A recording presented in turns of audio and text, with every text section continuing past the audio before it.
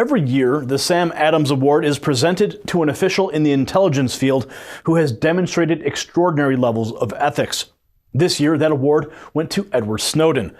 The presentation to the NSA whistleblower was made in Moscow, and Snowden's passport was revoked by officials from the Obama administration. An online petition to have the passport reinstated has already gathered over 44,000 signatures. The Sam Adams Award has been in existence since 2002, and in past years, recognition has been extended to people including Julian Assange in 2010.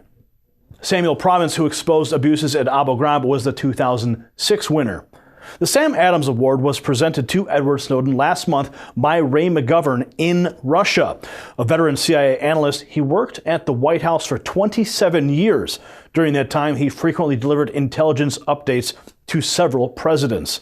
McGovern left the federal government and is now a political activist working to bring government abuses to light. Ray McGovern is our guest on the show today, and he has the unique insight of someone who spent years delivering the most sensitive information in the world to the commander-in-chief. McGovern is here to talk to us about whistleblowers, the surveillance state, and his presentation of the Sam Adams Award to Edward Snowden. Welcome back to WHDT World News, Ray. You're most welcome, Gary.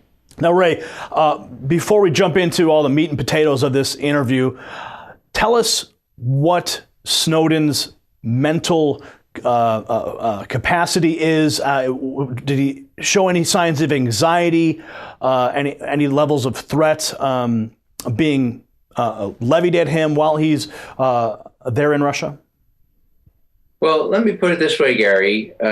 He gave every indication of being a person who had been under great stress, but had sort of become comfortable with the notion that he did the right thing, that he can be proud of having done the right thing, that he was willing to risk all, literally all, including his life, to do the right thing, and that best of all, his worst fear, expressed in Hong Kong as soon as he surfaced, his worst fear was that he would do all this and nothing would happen.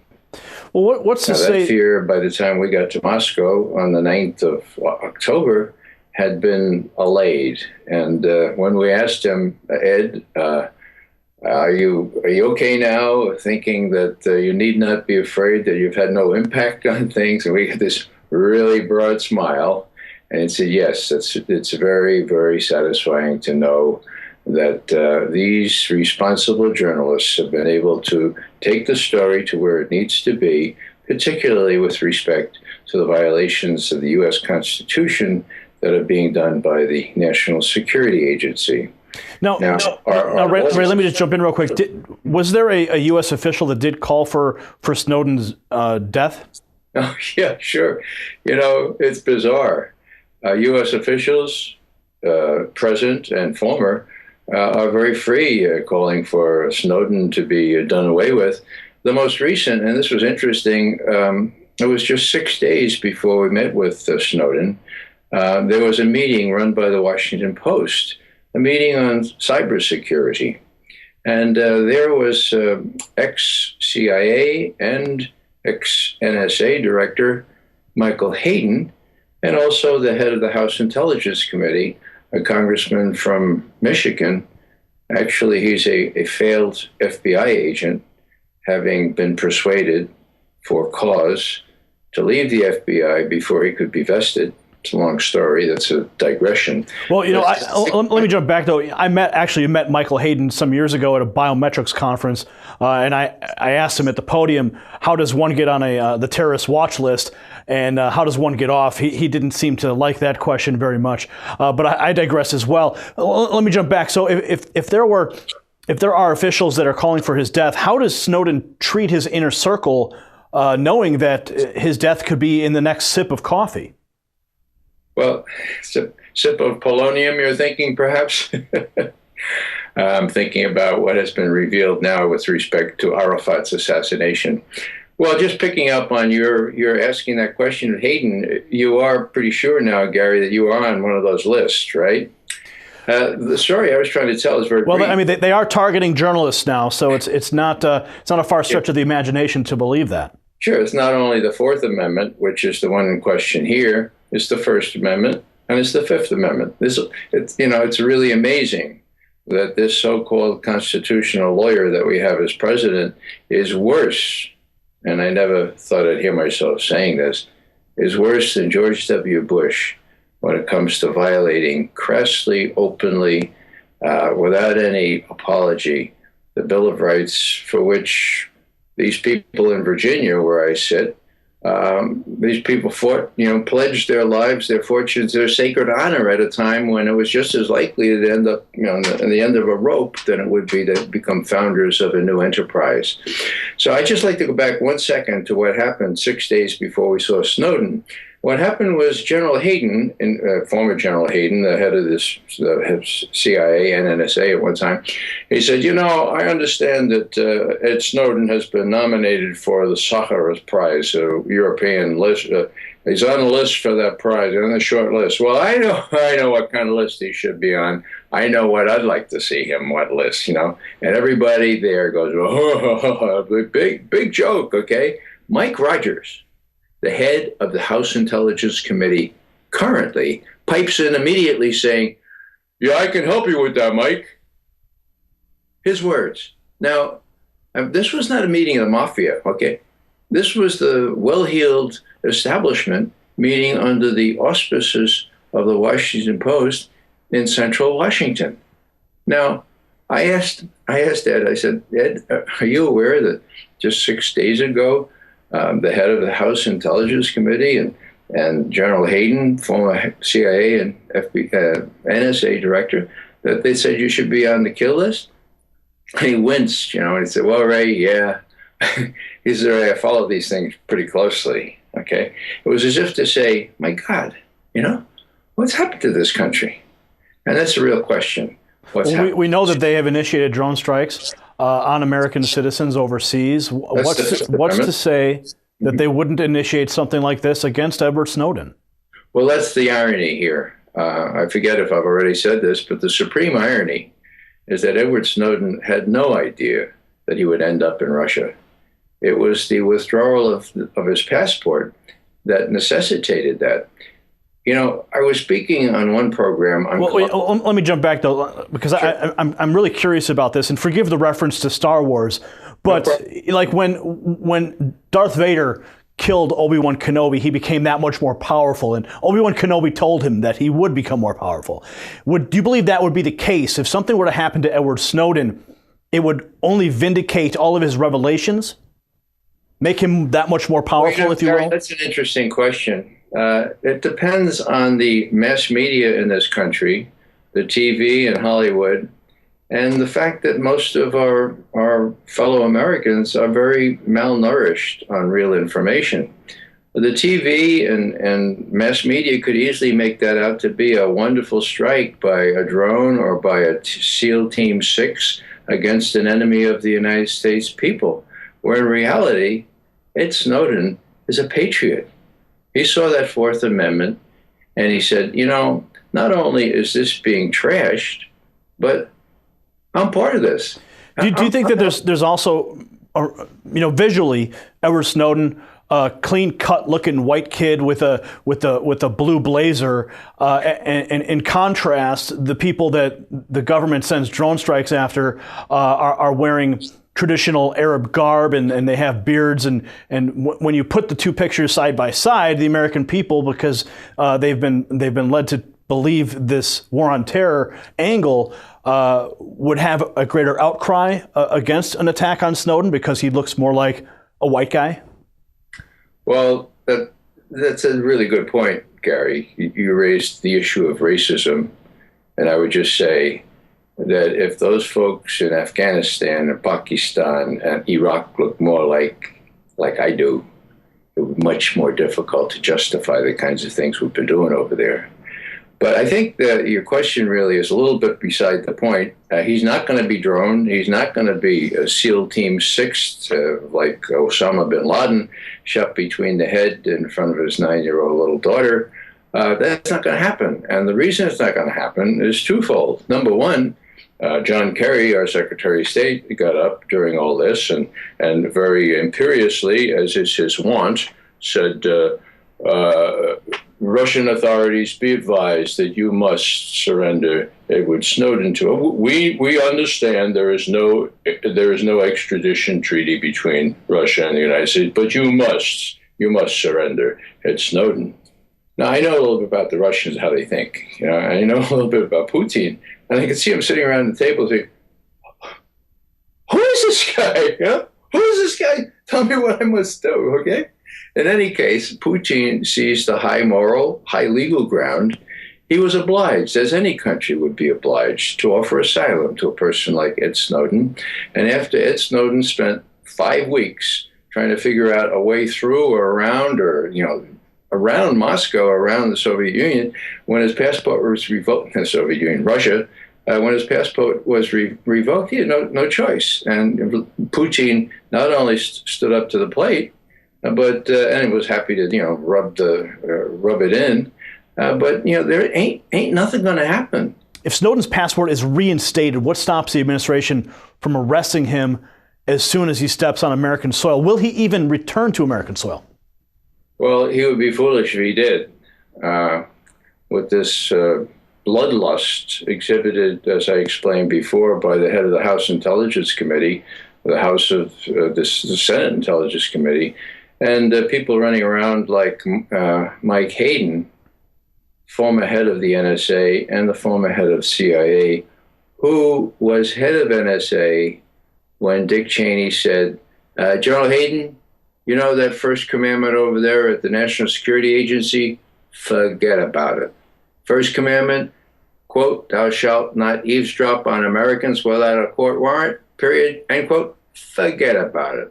We got new instructions for you. We're going to start now. The month was February 2001, well before 9/11. Now, not after 9/11, went on steroids, of course, but it's General Hayden, CNN's commentator on all these, their unbiased commentator on all these things, that is being interviewed defending what people want to do to Ed Snowden. It would be funny if it weren't so tragic. Ray, I want to jump over to the revelations by Snowden that the NSA was spying on world leaders. President Obama said he didn't know anything about it. Do you believe that President Obama is telling the truth when he says that, or is the NSA so compartmentalized that he is telling the truth?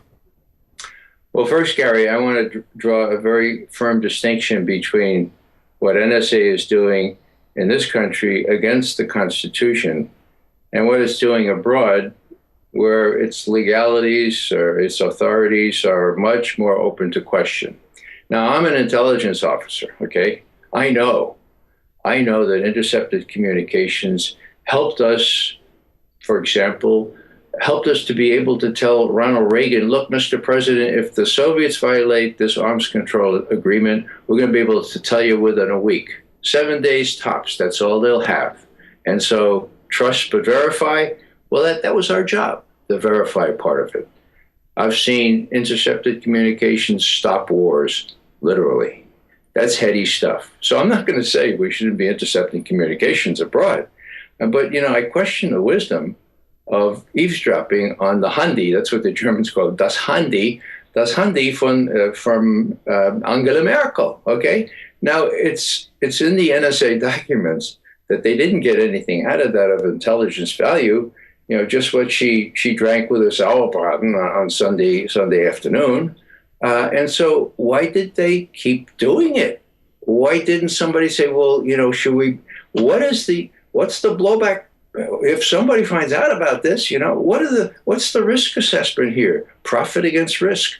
So basically, if we're in a heated war situation, tensions are high between countries, then the spying on the world leaders, in essence, provides a national security function. But if we're not and we're spying, if we're not at war and we're simply spying on our allies, learning about what they had for breakfast, this is simply a waste of resources?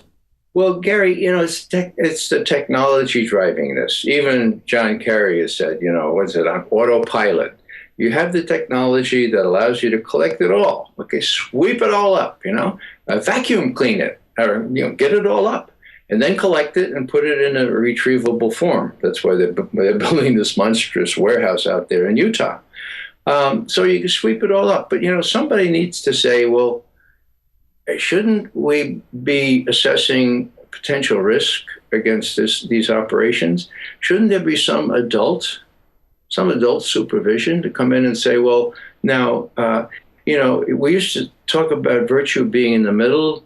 The Greeks said nothing in excess. The Romans said in medio res, virtue is in the. Do we really need to collect everything just because we can? Well, we're seeing the repercussions of the lack of adult supervision. So what are the repercussions? What is the blowback from these revelations and the carpet sweeping up of all this information globally? Well, you have to look. I lived in Germany for 5 years. Okay, now the Germans were always super discreet in anything they said about the United States president. Okay, now the most respected newspaper, broadsheet in Western Germany, and indeed in Europe, the Süddeutsche Zeitung, South German newspaper, it had last week it had 12 articles on this issue, one of which asked, "Ist der amerikanische Präsident verrückt?" Is the American president? Well, it's worse than crazy. It's sort of deranged. If you do this to a German on the Autobahn, this means verrückt. Guess what? You can be fined for that. You can be put in jail for that. What is that? What is that term? What you're doing there? I mean, it looks like you're holding a gun to someone's head. No. What I'm trying to do is show you here that when people do this, that means your brain is deranged. I see. It's the worst thing. It's all the really foul words you can use in English, okay? So the biggest newspaper in Germany ran a headline asking if the United States president is deranged. It's full of, and German speakers will know what that means. You can't translate it into English. Another part of the article talked about this General Alexander, him saying that there were 54 terrorist operations that were thwarted by NSA scooping all this information up. He goes before the Senate Judiciary Committee, and Pat Leahy says, well, now, 54, how many of those had to do with the United States? Well, maybe 13. And how many actually were thwarted? One, okay? Well, General Alexander is portrayed in this German article as being ganz schön dumm, okay? Now, literally that means completely, beautifully dumb. But what it really means is dumb as a thumbtack. It's really just really dumb. How does he think he's going to get away with lying like that? Well, so far he has. He's still in place, and so is his ostensible supervisor, James Clapper, who lied before Congress when he was asked, "Is the National Security Agency collecting any data at all on American citizens, on millions or hundreds of millions of American citizens?" Clapper, "No, sir." 2 months later, he apologized to Congress. So I don't know why I said that. It was, quote, clearly erroneous, end quote. And then he tells one of these commentators, well, I said the least untruthful thing. That guy is still head of national intelligence. Well, so let me ask you this. You mentioned parental supervision. Where's the accountability for these individuals when they lie to Congress and then they come out and they openly admit to lying using not the exact terminology or stating they lie? They're using word games. Where is the accountability? Well, we don't say lie, of course, here in Washington. We say prevarication or speaking untruth. So there is no accountability. And that's what bothers me. And that's what I've been telling the Europeans who are very interested in this thing. I'm getting more interviews from Europe than around here. What we have here is... Red, I do want to ask you about the CNN interview we talked about during the break. So we'll get to that in a second, but please continue. Yeah. No, I'm just saying that, you have a situation this morning, big headline in the New York Times. CIA has been paying AT&T $100 million a year to give it data on American telephone calls and other telephone calls. Well, that's a gross violation of the Fourth Amendment. But by paying for it, are they in essence bypassing the Constitution because it's a commercial transaction? I'm trying to find out what their loophole is. No, it's like here. Willie Sutton. Why do you rob banks? Because that's where the money is. They're asking where the data is. AT&T has it. Now, when AT&T is cooperating hand in glove with the U.S. government to collect data on U.S. citizens, you have the government, you have the media, which is disguising all this, you have Congress in the person of Dianne Feinstein in the Senate, Mike Rogers in the House, complicit in it, and you have the beginnings of not only turnkey tyranny, what Edward Snowden said, but you have the beginning of, don't blanch at the word, fascism. Look at how Mussolini defined fascism. It's when the corporations, the media, the national security apparatus, the military, and the legislators all are enmeshed in this incestuous relationship. Why? Well, a lot of it. So you're declaring America is now, in your mind, officially a fascist state? I didn't say that. I'm saying we have incipient fascism at work here. And what I've appealed to the Europeans to do is, look, you acquiesced in the United States, prompting you to favor and approve kidnapping, enhanced interrogation techniques, otherwise known as torture, and actually black prisons where that was going on European soil. Is there no limits to what you will tolerate? Is there no limits to your supine attitude toward the United States of America? Now is the time. Now you see the lengths to which this goes. If you don't help us now, as we helped you, as my father's generation drove out fascism from Europe, if you don't tell us what to like, because we have no historic appreciation of what fascism is like. You do, okay? You're dying off, but there are enough of you to tell us, look, this is what it looks like. This is what I was in Amsterdam in early August, okay? And my Dutch friends were reminding me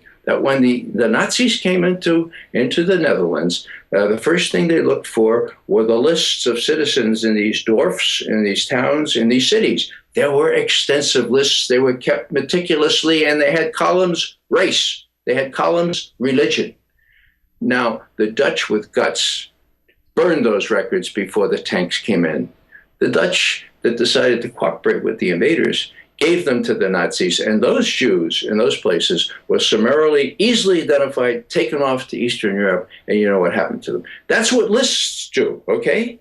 And when you see AT&T getting paid $100 million by the CIA every year to surrender these lists, why? Because that's where the data is, and elsewhere, then you have the beginnings of fascism. Are you saying that, based on the parallels of history, that America is on the edge of its own American Holocaust? I'm not saying Holocaust. That's even a more emotionally charged word. What I'm saying is that I took a solemn oath to support and defend the Constitution of the United States against all enemies, foreign and domestic. So did Ed Snowden. Now, the people who crafted that Constitution and the Bill of Rights came from a fascist kind of ambiance where, for example, British colonial authorities could go into your house at any time, confiscate any of your materials, do anything they wanted to you in violation of what became the Fourth Amendment. The Fourth Amendment guarantees Americans to be safe from what they call unreasonable searches and seizures. And no warrant shall issue, it says, except upon probable cause defining the particulars of the place to be searched or the person or things to be seized. That's the language of the amendment. There is no way, unless you say that there's probable cause to say you, Gary, and I are terrorists or that we've committed a crime. There's no way to square what NSA has been doing with the Fourth Amendment. And I'm pledged to defend. There's no expiration date on an oath to defend the Constitution. I took that oath. So did Edward Snowden. Yes, he's a remarkable man. He's a guy that took that seriously. And now we're all the beneficiaries of his enlightening us as to how close we are to a fascist state. Ray, I want to bring you back on the program at a later date. I wanted to get into that topic of CNN, and you had mentioned how they had cut you off in the middle of some of your interviews. So we'll have to save that for another interview. Thanks for joining us today on WHDT World News. You're most welcome, Gary. All right, that was Ray McGovern right here on WHDT World News. Stay tuned. We have the rest of today's headlines, all of the news from Hollywood, California, and a full report on the weather coming up. Don't touch that dial.